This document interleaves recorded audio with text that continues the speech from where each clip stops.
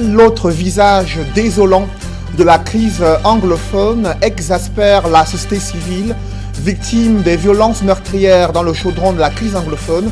La situation humanitaire critique des populations pousse le président de la Commission nationale des droits de l'homme à s'interroger sur le silence du chef de l'État à propos des mesures urgentes de sortie de crise.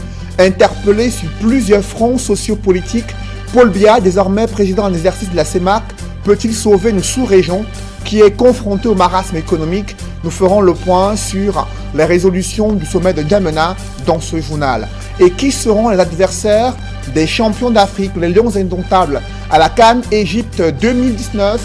Nous en parlerons dans ce journal avec des surprises et des déceptions parmi les équipes qualifiées pour la grande messe du football africain. C'est à suivre dans un instant.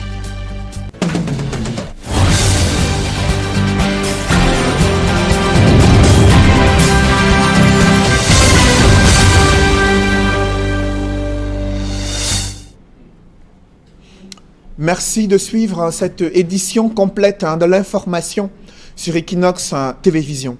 La dégradation de la situation humanitaire et sécuritaire dans les régions anglophones inquiète de plus en plus la Commission nationale des droits de l'homme et des libertés. Son président, le docteur Cheuta Divine Banda, a écrit une lettre ouverte au président de la République pour s'interroger sur son silence au regard de cette dégradation de la situation humanitaire, son impact socio-économique sur le reste du pays.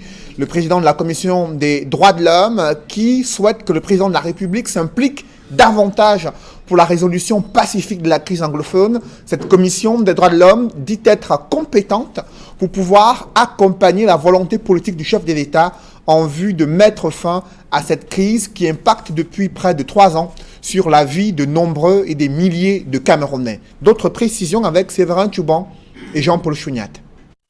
Dans sa lettre ouverte au président Paul Biya, à la suite de la libération des étudiants kidnappés à l'université de Buea, le docteur Cheuta Banda Divine fait savoir au chef de l'État que la sécurité tant claironnée n'existe nulle part dans le sud-ouest. Tout comme le président de la Commission nationale des droits de l'homme et libertés s'étonne du lieu où se trouvaient les forces de défense et sécurité au moment de l'enlèvement de la vingtaine d'étudiants sur un campus censé être sécurisé. Cheuta Banda Divine cite d'autres cas similaires où des kidnappings des centaines d'élèves en pleine journée ont été opérés au nez et à la barbe des forces de l'ordre dans le département de la Mézam. Enlèvement de 2017 au Sacred Heart College à Mankone et à Bafut, 2018 au Presbyterian Secondary School en Kwen et en 2019 l'incendie criminel de l'hôpital de district de Kumba dans le département de la Mémé. Le président du CNDHL précise à Paul Biya que si la crise profite à certains individus, il est à noter que cette guerre ne cesse de causer d'immenses torts à la population des deux régions en crise. Aussi, Cheuta Banda Divine conclut sur cet aspect que si rien n'est fait pour vite juguler ce conflit armé, la situation humanitaire et les violations de droits de l'homme vont s'empirer. Urgent donc pour Paul Biya de prendre des mesures qui s'imposent pour la recherche d'une solution définitive à cette crise. Dans ce courrier, Cheuta Banda Divine avoue à Paul Biya avoir rencontré des leaders séparatistes qui seraient prêts à discuter pour un retour à la paix. Pour justifier par ailleurs à Paul Biya le choix de la formule de lettre ouverte, Cheuta Banda Divine, référence à l'appui, énumère 4 correspondances adressées au président Biya via ses proches collaborateurs, entre autres le secrétaire général de la présidence de la République, les ministres de la Défense et de l'administration territoriale. Mais aucune réponse reçue de Paul Biya sur les propositions et recommandations pour une sortie de crise armée qui continue de faire des morts, des milliers de déplacés internes et réfugiés vers le Nigeria. Bien avant la commission Cheuta Banda Divine, la commission Moussongue, l'ONU, la France, l'Union européenne, les États-Unis ont saisi Paul Biya sur la nécessité et l'urgence d'un dialogue avec les leaders séparatistes. Mais pour le gouvernement camerounais, le pouvoir de Yaoundé a déjà mis en place des réformes et des organismes pour désamorcer la crise. Et le dialogue va se poursuivre avec des personnes de bonne volonté, déclarait Paul Biya dans son discours à la nation le 31 décembre 2018. Et en pleine crise anglophone, le gouvernement envisage d'organiser les élections régionales cette année 2019. Le SDF voit cette démarche de mauvais œil. Son comité exécutif dénonce le mauvais jeu du pouvoir qui veut surfer sur la crise anglophone pour s'accaparer la quasi-totalité des sièges lors des élections régionales. Réunis autour du chairman John Frundi à Yaoundé, les membres du NEC estiment que la résolution de la crise anglophone est un préalable avant l'organisation d'une quelconque élection cette année 2019. Et à ce sujet, je vous propose d'écouter Paul Tchachouan, qui est le deuxième vice-président du SDF. La démobilisation avant la fin de la guerre, je ne sais pas où nous allons. Je crois que c'est à la fin de la guerre qu'on devrait essayer de parler de démobilisation, d'insertion. On est en pleine guerre, les gens vous parlent d'insertion, de démobilisation. Nous marchons avec la tête et les pieds en l'air. En tant que parti politique, nous avons le devoir de tout faire pour que le régime infléchisse sa position avant ces élections. On sait que nous avons une base qui nous est propice et on veut continuer dans ce même lancé. On sait que c'est là où nous avons nos conseillers municipaux. C'est là, c'est dans ces régions qu'il y a des problèmes. Vous comprenez qu'il va de soi que la pression est faite parce qu'on sait que nous n'aurons pratiquement rien. Vous savez, dans un régime normal, on aurait d'abord résolu cette crise qui dure depuis 3 ans avant de parler d'élections. Mais comme nous sommes dans un pays où les gens peuvent marcher avec les pieds en l'air et la tête en bas, on nous propose les élections comme panacée, comme solution à la crise, parce que certains prétendent que la décentralisation viendrait résoudre le problème anglophone. Nous disons non. Depuis 3 ans, nous avons fait des propositions pour que l'on essaye de résoudre le problème à travers un dialogue inclusif qui pouvait permettre aux Camerounais de s'exprimer et de dire quels sont leurs griefs, quels sont les problèmes auxquels ils font face, qu'on les résolve avant toute élection, mais rien n'y est fait. Vous l'avez suivi, interpellé sur plusieurs fronts sociopolitiques au Cameroun. Paul Biya, le chef de l'État, désormais président en exercice de la CEMAC, une passation de témoins qui s'est tenue en son absence lors de la 14e session ordinaire de la conférence des chefs d'État à N'Djamena. Et au terme des travaux, l'épineuse question de la libre circulation des biens et des personnes dans la sous-région et l'accélération des réformes économiques et financières sont inscrites dans les résolutions de N'Djamena. D'autres précisions avec Joël Essengue et Ike Cyril. La question de la libre circulation en zone CEMAC intéresse à nouveau les chefs d'État de la sous-région. Réunis à N'Djamena au Tchad, dans le cadre du 14e sommet de la CEMAC, les chefs d'État ont adopté la politique commune des migrations, d'immigration et de protection des frontières de la CEMAC. Le président de la commission de la CEMAC a été chargé notamment d'accélérer l'application de l'acte additionnel portant suppression de visas pour tous les ressortissants de la CEMAC circulant dans l'espace communautaire. Autre sujet inscrit à l'ordre du jour de la conférence des chefs d'État de la CEMAC, celui relatif à la liquidation de la compagnie communautaire Air CEMAC. Les chefs d'État ont adopté 2 actes additionnels, dont l'un abroge la création de la compagnie et l'autre la fixation de son siège. D'autre part, les chefs d'État décident de rétrocéder les apports des États membres au Fonds de développement de la communauté FODEC. Sur les questions économiques, notamment le programme des réformes économiques et financières de la CEMAC, bref CEMAC, les chefs d'État, qui voient déjà les signes de sortie d'une longue récession qui a duré plus de 4 ans, encouragent les États et l'ensemble des institutions économiques, monétaires et financières de la sous-région impliquées dans la mise en œuvre du PREF CEMAC à poursuivre les efforts en vue du renforcement de la viabilité des finances publiques et la couverture de la monnaie par la mise en œuvre accélérée des mesures prises en vue du rapatriement des recettes d'exportation. Les chefs d'État se sont intéressés enfin aux questions sécuritaires, notamment la surveillance multilatérale. À l'issue du 14e sommet de la CEMAC tenu à N'Djamena au Tchad, les chefs d'État notent que l'état de conformité en 2018 aux nouveaux critères de convergence de la CEMAC reste contrasté d'un État à un autre. Afin de disposer d'un outil fiable d'alerte précoce aux crises, les chefs d'État instruisent le président de la commission de la CEMAC d'accélérer la mise en place dans les États membres des outils de redynamisation de l'exercice de la surveillance multilatérale, à savoir les programmes triennaux de convergence d'ici au 31 juillet 2019, les stratégies d'apurement des arriérés de paiement crédibles et exhaustifs d'ici au 31 décembre 2019, ainsi que l'opérationnalisation des cellules nationales de surveillance multilatérale, incluant la mise en place d'un système plus performant en matière d'information statistique. Et parmi les chantiers prioritaires du nouveau président en exercice de la CEMAC figure la lutte contre le terrorisme, la criminalité transfrontalière et les crises politiques internes qui secouent certains pays de la sous-région Afrique centrale. Des acteurs de la société civile, de la communauté économique des États d'Afrique centrale se sont retrouvés à Douala afin d'élaborer sur les méthodes de prévention de ces conflits et de cette insécurité galopante dans la sous-région Afrique centrale. D'autres précisions avec Dallas Tiana et Julingue Nyondé. La criminalité transfrontalière, le terrorisme, les crises politiques internes dans certains États sont quelques menaces pour la paix, la sécurité et la stabilité des pays membres de la CEAC, la communauté économique des États de l'Afrique centrale. De l'urgence de l'organisation d'un atelier régional avec tous les acteurs pour trouver des solutions appropriées à ces menaces collectives. Le conflit centrafricain, il a duré trop longtemps.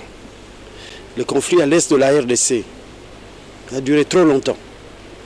Le conflit Boko Haram dans le bassin du lac Tchad a duré trop longtemps. Nous estimons qu'il faut que la société civile réponde à l'appel des chefs d'État de participer dans les processus de pacification, de résolution des conflits au niveau de la base, dans les communautés jusqu'au niveau le plus élevé. Puisque si les conflits ne sont pas réglés au niveau des communautés, au niveau de la base, par des mécanismes dans lesquels la société civile se trouve, ces conflits délaissés montent jusqu'à brûler les États. Les organisations de la société civile, à qui incombe la lourde mission sur le terrain, font très souvent face à des difficultés de divers ordres en matière d'alerte rapide et de prévention des conflits. Plusieurs organisations ne tiennent pas solidement. Il faut qu'on renforce les capacités des organisations, des femmes, des organisations des jeunes, des associations culturelles, etc. au niveau de la base. Que ces associations puissent avoir les moyens. Mais qu'on les organise ensemble pour pouvoir amener l'information à un niveau plus élevé. Par exemple, le mécanisme d'alerte rapide de la CAC qui a été mis en place par les chefs d'État dans le cas du COPAX. Il faut que ce mécanisme soit alimenté, que la société civile sache qu'elle peut envoyer les informations là-bas. Et que là-bas, il y a des spécialistes pour structurer cette information et la mettre sur la table des décideurs. Rendu à sa deuxième édition, l'atelier régional de renforcement des capacités en planification des organisations de la société civile dans les domaines de prévention, résolution des conflits et des opérations de soutien à la paix se tient à Douala du 25 au 29 mars 2019. Et parmi l'un des projets gouvernementaux mis en place pour réduire cet impact lié à la guerre contre le terrorisme, cette fois-ci à l'extrême nord du Cameroun, des projets gouvernementaux ont été élaborés pour trouver de l'emploi aux jeunes, les jeunes notamment à Maroua, dans la région de l'extrême nord, là où Boko Haram a recruté il y a quelques années des jeunes chômeurs, des jeunes qui avaient de la peine à pouvoir subvenir à leurs besoins. Aujourd'hui, ce sont des projets d'insertion socio-professionnelle visant à les décourager à rejoindre ces chemins des marchands d'illusions. Reportage avec Emmanuel Job, Amadou Daïrou et Guy Zogo. Hier, ces jeunes filles et garçons étaient des oisifs à la solde de Boko Haram qui a fait des ravages dans l'extrême nord. Aujourd'hui, ils mènent une activité génératrice de revenus. Avant, j'étais au village. Je n'ai rien à m'occuper pour pouvoir faire mes petits besoins. Mais en ce moment, maintenant, j'ai ma machine. J'ai coulé les habits, j'ai fait mes petits besoins. Donc ça, c'est un grand souvenir du projet IMO que j'ai maintenant. Avant, j'étais là sans travail. J'étais seulement au village, je ne faisais rien et maintenant je viens au chantier, je gagne quelque chose, je subviens aux besoins de ma famille et j'épargne quelque chose aussi. Peut-être que j'aurai un peu de problème, peut-être l'enfant peut tomber malade. Ça peut m'aider déjà à soutenir la famille et la santé. Je suis resté 2 ans sans rien faire de bon. Avec ce chantier-ci, ça m'a beaucoup aidé. Et maintenant, là même, j'ai pu acheter une demi-tonne de ciment, et 2 voiles de sable. Je voulais construire ma boutique. Cette évolution dans leur vie, ils la doivent au ministère de l'économie qui développe, via le programme de développement participatif PNDP, le projet de haute intensité de main-d'œuvre IMO dans 20 communes sur les 47 que compte l'extrême nord. C'est un projet qui se situe autour de 20 communes et qui au jour d'aujourd'hui a permis à plus de 6 000 jeunes Camerounais de travailler et qui est en train de faire une insertion sociale des jeunes. Nous sommes déjà aujourd'hui autour de 2300 jeunes, des gens qui n'avaient aucun avenir, aucune perspective, mais qui aujourd'hui peuvent parler un peu avec autorité et être un peu des exemples de groupe. De manière pratique, sur le terrain, dans la commune de Maroua 1er, dans le village Djagalan, un magasin de stockage de denrées alimentaires est en cours de construction. Chaque semaine, nous procédons au paiement partiel, n'est-ce pas, de leur rémunération. Et il y a une partie qui est même réservée à la fin du projet où chaque jeune pourra présenter un projet que nous allons donc financer. Plus loin, la commune de Ndoukoula dispose déjà d'une mare, un point d'eau à usage pastoral où s'abreuvent près de 1000 bêtes par jour. Je suis content. Et la population aussi, elle est contente. Voilà l'eau. Et c'est de l'eau potable. Pour la population. Au niveau maintenant des animaux, au lieu d'aller faire 5-6 km ailleurs pour trouver de l'eau, maintenant ils sont là sur place. Le maître mot est de changer le quotidien de ces populations, parmi lesquelles la pauvreté sévit depuis très longtemps. La mare est gérée par le bureau. Le président travaille comme normalement dans ses fonctions. Le secrétaire fait son travail. Le trésorier respecte aussi. Et le fonctionnement au quotidien, ça se passe comment? Bon, on fait la ronde, on change les personnes qui viennent secourir le gardien. Quand il y a un problème, comment vous réagissez? Quand il y a un problème, on fait la réunion. On pose le problème à la réunion, on fait le débat. Mais il faudra bien plus encore pour espérer tordre définitivement le coup à la pauvreté dans l'extrême nord. Et c'est ce qu'envisage la prochaine génération du projet haute intensité de main-d'œuvre qui concernera plus de communes encore dans l'extrême nord. Loin de ce front de guerre contre le terrorisme, l'insécurité prend également de l'ampleur dans la capitale économique du Cameroun, principalement dans les espaces marchands de commerçants du marché Congo, exaspérés d'être victimes des vols et agressions à main armée en plein jour, ont tenu à manifester leur colère contre l'indifférence des autorités administratives locales. Ils ont dénoncé ces cas d'agression qui se multiplient depuis de nombreuses années dans leurs espaces marchands. D'autres précisions avec Xavier Foka. Ambiance inhabituelle ce lundi matin à l'entrée conteneur, au lieu dit ancien 3e au marché Congo de Douala. Les commerçants de cet espace marchand observent un mouvement d'humeur. Ils dénoncent l'insécurité grandissante dans cet espace, favorisée selon eux par le laxisme des forces de sécurité. Nous avons des situations d'insécurité qui règnent ici depuis très longtemps, sur lesquelles nous-mêmes nous avons pris des mesures en prenant les hommes en tenue pour renforcer la sécurité, dans lequel le résultat n'a pas été positif. Le fait que déjà qu'on arrête le bandit et que demain on les relaxe et ils reviennent le même moment, le lendemain nous narguer. La goutte d'eau qui fait déborder le vase et qui ravive leur colère, ce sont les cas d'agression de ces dernières heures, encore frais dans leur mémoire. Samedi dernier, il y a un bandit qui a agressé un Chinois. Oui. Il a poignardé un Chinois pour récupérer son argent. Il y a aussi ce matin, il y a une femme enceinte qu'on a agressée là-bas et qu'on a pris son téléphone. Il y a ces 3 agressions à ceux qui a eu ce matin. Nous en avons ras-le-bol. On ne veut plus ça. Nous ne voulons plus ça ici. Tous les magasins ainsi que les boutiques de l'extérieur et de l'intérieur avec pancarte à l'appui sont fermés en signe de protestation. Ces commerçants endossent une bonne part de responsabilité dans la situation qu'ils décrivent eux-mêmes. Nous sommes les premiers fautifs parce que nous n'avons jamais pris ça au sérieux.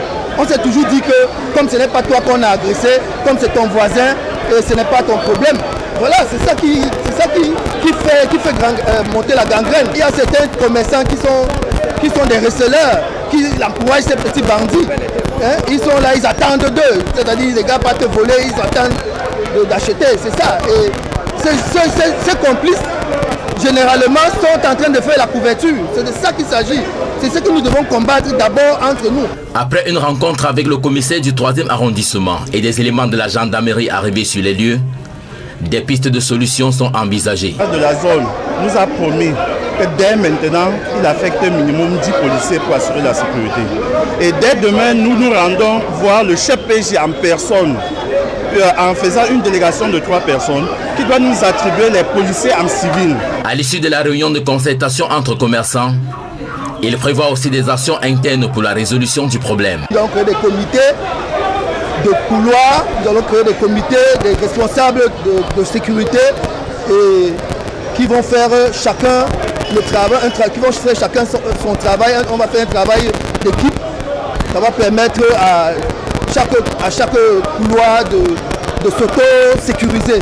On essaie de dénoncer tous les commerçants qui emploient les bandits, ça veut dire qui achètent des téléphones, qui font le recel ici au marché. Ces commerçants entendent maintenir leur mouvement jusqu'à ce que la sécurité revienne dans cet espace marchand. Dans la région du sud, plusieurs villes et villages sont sevrés d'eau potable depuis des semaines, voire des mois. Du coup, les populations se tournent vers des forages et d'autres points d'eau au risque d'être exposés à de nombreuses maladies hydriques. Reportage Roger Takala et Flavien Valondongo. À Ebolova, capitale régionale du Sud, des installations de la Camwater sont visibles, mais les robinets sont à sec.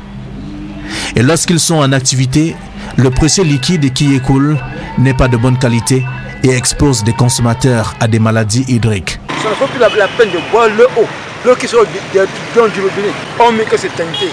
Ça nous donne la typhoïde, le maux de ventre. Du coup, les forages et les sources d'eau attirent la population. Dans les rues de la ville, les adolescents parcourent des distances à la recherche de l'eau potable. C'est parallèle avec la coupure de lumière. Parce que quand la lumière fait 2 jours, 3 jours, ça fait 2 jours. Donc vous voyez la fréquence de coupure de lumière ici à Ebolova. Les 3 quarts des populations de la ville, lorsqu'il y a coupure d'eau, c'est ici, les boulangeries, ici du sucre. Les consommateurs sont obligés de courir le risque en buvant l'eau de la source. Chaque coupure d'énergie électrique entraîne la pénurie d'eau de la Camwater. Non loin de la ville d'Ebolova, à Akom 2, les difficultés sont plus que sérieuses. En l'absence des installations de la société en charge de la distribution et de la commercialisation de l'eau, les forages, parfois non contrôlés, et les sources sont les seuls lieux de ravitaillement en eau. Nous avons des problèmes d'eau à Akom parce que l'équipe de Tangon peut venir au centre. Parcours 2 km pour venir puiser l'eau. Nous sommes pendant la saison sèche. On ne sait même pas si l'eau est bien potable. Puisque de temps en temps, il faut traiter l'eau de temps en temps. Mais cela ne se fait pas. Alors que le Cameroun, de concert avec le reste du monde, venait de célébrer la journée mondiale de l'eau, l'eau potable reste toujours une denrée rare et parfois inexistante dans certaines localités du pays. Toute chose qui expose de plus en plus des populations aux maladies. Partons à présent à l'étranger. Les Nations Unies appellent à une mobilisation internationale pour venir en aide aux sinistrés d'un cyclone qui a touché le Mozambique et le Zimbabwe, déjà près de 700 morts. Et au fur et à mesure que les secours progressent, le nombre de personnes victimes de ces cyclones, ces catastrophes naturelles, ne cesse d'augmenter. On fait le point avec Gladys Sidier. Le bilan ne cesse de s'alourdir en Afrique australe. Au total, plus de 700 personnes sont décédées dans la région, 446 rien qu'au Mozambique. Le pays fait face à une grave crise humanitaire. Le programme alimentaire mondial a déclenché son niveau d'urgence 3, équivalent aux crises au Yémen, en Syrie ou encore au Soudan du Sud. Les centaines de milliers de personnes affectées par le cyclone Idai sont désormais menacées par une épidémie inévitable de maladies transmises par l'eau, notamment le choléra. Il est question pour les travailleurs humanitaires d'anticiper sur l'apparition des maladies compte tenu des eaux stagnantes et de la promiscuité dans les centres d'hébergement. Grâce à la décrue qui se poursuit, les secours ont continué leur opération de distribution de nourriture et de reconstruction des routes. Toutefois, la logistique pour accéder aux disparus et acheminer de l'aide reste un défi. Dans les zones frappées, le désespoir a fait place à la colère et à la frustration devant la lenteur de l'acheminement de l'aide humanitaire. Les humanitaires, eux, reconnaissent être débordés. L'ONU, qui parle d'un moment critique dans l'aide aux sinistrés, lance un appel à la solidarité internationale. Une conférence de donateurs est prévue le 11 avril à Beira, la deuxième ville du Mozambique. Le bilan humain de cette catastrophe, qui s'élève désormais à plus de 700 morts, reste provisoire, car de nombreuses régions sont encore inaccessibles, notamment au Zimbabwe et au Malawi, deux autres pays lourdement frappés par le cyclone Idai. Parlons à présent de football. Les Lions indomptables, champions d'Afrique, iront défendre le titre sur la terre des pharaons d'Égypte. Ils font partie de ces 24 équipes qualifiées pour la phase finale de la CAN 2019 de football prévue en Égypte d'ici le mois de juin 2019. Et l'on note que les élus ont tiré leur épingle du jeu après des éliminatoires âprement disputés avec au départ une cinquantaine de sélections nationales de football. Notamment des surprises sont observées parmi ces 24 équipes. D'abord le Burundi qui se qualifie pour la phase finale de la CAN Égypte 2019 et le Burkina Faso qui n'a pas réussi à franchir l'étape des éliminatoires. On fait le point avec Emos Fanga et Nana Paul Sabin. La phase finale de la 31e Coupe d'Afrique des Nations se joue dans 3 mois en Égypte. Cependant, le Burundi, la Mauritanie et Madagascar sont déjà impatients d'y être. Les équipes de ces 3 pays seront à leur première expérience. Mention spéciale pour les hirondelles du Burundi qui se sont extirpées d'un groupe C au terme d'une rude bataille contre les panthères du Gabon de Pierre-Emerick Aubameyang. La Tanzanie, le Bénin, l'Afrique du Sud, le Kenya, la Guinée, l'Angola, la Namibie et le Nigeria sont aussi emballés à l'idée de renouer au plus vite avec la prestigieuse épreuve après une absence plus ou moins longue. En partie riche en émotions, les favoris tels que le Ghana, le Sénégal, le Maroc, la Côte d'Ivoire, la Tunisie ont aussi composté leur passeport pour le pays des pharaons. Au-delà d'une simple qualification, l'Égypte, septuple champion d'Afrique, et le Cameroun, pays des Lions indomptables, tenant du titre, font déjà figure de favoris naturels de la toute première phase finale de Coupe d'Afrique avec 24 équipes. Une CAN totalement inédite. La CAF rêve aussi d'une phase finale attractive à l'image des éliminatoires qui ont connu un engouement exceptionnel. Au terme des tours de qualification, le président de la CAF a fait ce lundi une communication spéciale pour remercier tous ceux qui ont contribué au succès des éliminatoires tout en veillant à préserver les valeurs éthiques et du fair play. Avant le coup d'envoi de la phase finale prévue le 21 juin, les 24 équipes qualifiées seront fixées sur leurs adversaires du premier tour le 12 avril 2019, date prévue pour la cérémonie du tirage au sort.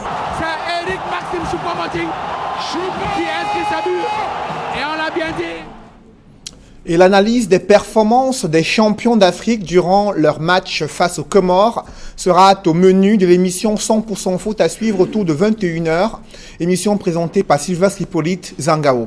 Et une autre en sport, c'est un sale temps annoncé pour les fraudeurs aux Jeux FENASCO, le comité d'organisation qui annonce des mesures de renforcement contre la tricherie pour les Jeux FENASCO Ligue A.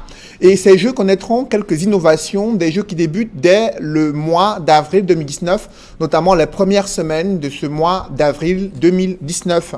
Avec Cyril vous en dit plus dans ce reportage. La 21e édition des finales nationales de la FENASCO Ligue A se prépare. La compétition qui regroupe les meilleurs établissements de l'enseignement secondaire se déroule à Yaoundé du 1er au 7 avril 2019.